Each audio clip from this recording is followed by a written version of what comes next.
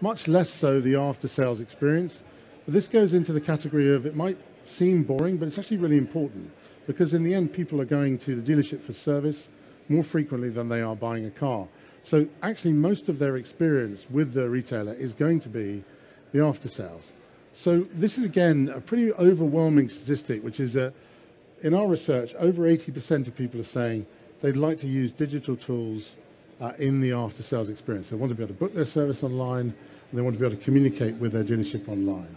So obviously, service booking, but also secure key lockers, and there are a couple of our partners here showing that kind of capability, digital documentation, video updates, but also critically as well, online payments. So, you just need the whole thing to be less hassle than it is at the moment. That's really what people want, is remove the difficult bits for me. Let me concentrate on the question of, do I want the work done?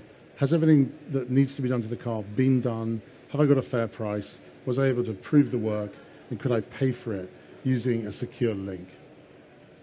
So service booking and vehicle drop-off, 70% telling us they'd like to be able to book the service online. It also gives them the opportunity to upload all the information that they want to give to the dealership about what needs to be done to the vehicle. So whether you take that in text form and they enter it, or it can be a video where they're talking to the service manager on video and saying, here, there's I've got a challenge with the car in the following respect. Can you look at it when it comes in? The more of that is done in advance, frankly, the more efficient the retailer can be on the day. And that's good for the consumer, but it's also good for the retailer. And around about 45% tell us that they would use a secure key locker to drop off their vehicle keys at the dealership. And again, that's about half, but again, if you try it, and if you actually experience it and it works, then like many of these things, the people who will do it are the people who've tried it before. So it's new, haven't tried it, I'm not sure, maybe, maybe not. Give it a try, and if it's convenient, if it works for you, then you will repeat that behavior. Again, this is now very popular, of course, communication by text, but also by video while the vehicle is undergoing its service.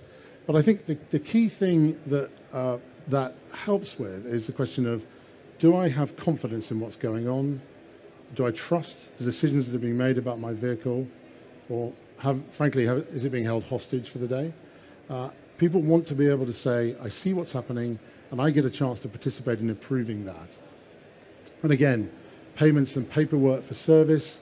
There is nothing more frustrating than having to queue to pay for your service when the vehicle's ready, and all you want to do is pick it up and drive it away. And often that queue can take quite a long time. It depends on obviously on the particular dealership. But again, that's something that people want to do before they come in. And if they can pay over the phone or with an email or a text, then that is something which at least half of people say they would do. And again, I think it's the kind of thing where as people do it, increasingly we'll see it become the norm.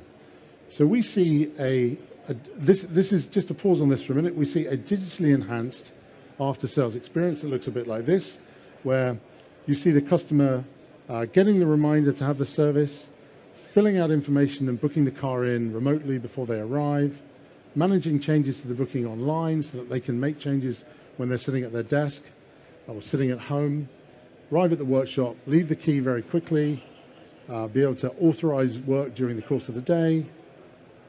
They pick the vehicle up, they know when it's going to be ready, and they know when it's going to be ready. And that's an important point too, because again, if you think about the digital experiences people have in the rest of their lives, when you get a parcel delivered to your home, very often there'll be a link saying you can track the driver, they're going to be there between 2 and 3.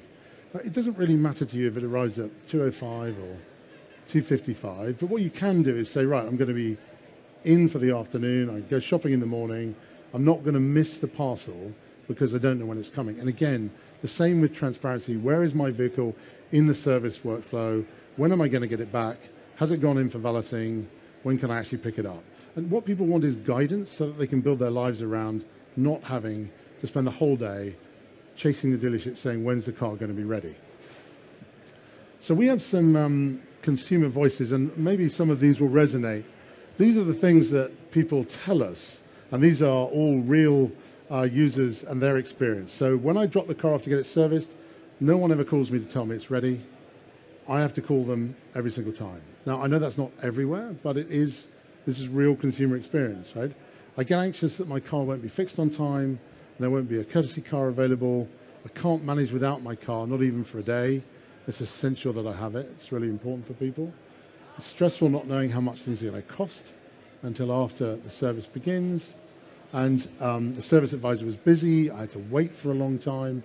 There's really no reason to wait. If you can pay and you can pick up the keys, you can just get going. And then the lack of timely and relevant communication, and that probably sums up how people feel at the moment. There needs to be more timely and more transparent communication.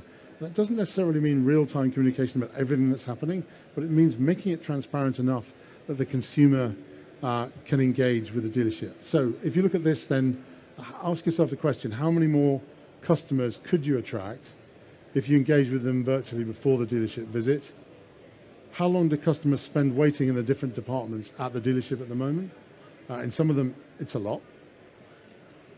How much time could be saved for employees if customers were able to carry out the tasks remotely by themselves? I mean, to take the analogy of banking again, the reality is when you're doing that, you're doing the bank's work for them.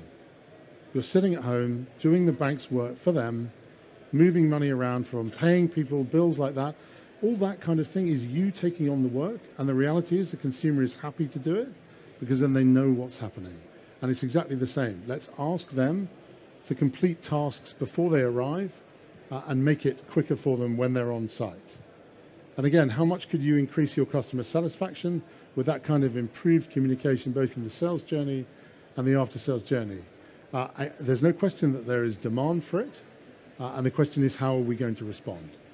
So if, just to summarize then, and here's the link then to the microsite that we've got, which summarizes our research, but we believe from this research, it's not just an opinion, from what people are telling us, there's huge consumer demand for improved digital experiences in automotive retail, similar to the experiences they have in the rest of their lives. Online car purchasing is going to continue to grow, but it won't be for everyone. And we don't think that it's some kind of overnight step change, but people are going to want to be able to do parts of that experience online. The key is personalization. There's one thing, it's like personalize the experience for people, give them the choice, give them the option to go this way or that, depending on what works for them. So in-person and digital experiences need to work in tandem. If you start doing something on the computer at home, you don't want to arrive at the dealership and have to do it all over again, talking to the service manager as you book the car in. So persistence across all of those states is incredibly important. And then in the end, people want both sales and after sales. They're asking for help in after sales too. And if we prioritize the integration of these digital tools as a whole, there's no question that we can drive up satisfaction of consumers generally with all auto retailers. There is a benefit for the industry as a whole to be perceived as leading on this topic. And that is, if anything, there's one message. We think that's the future.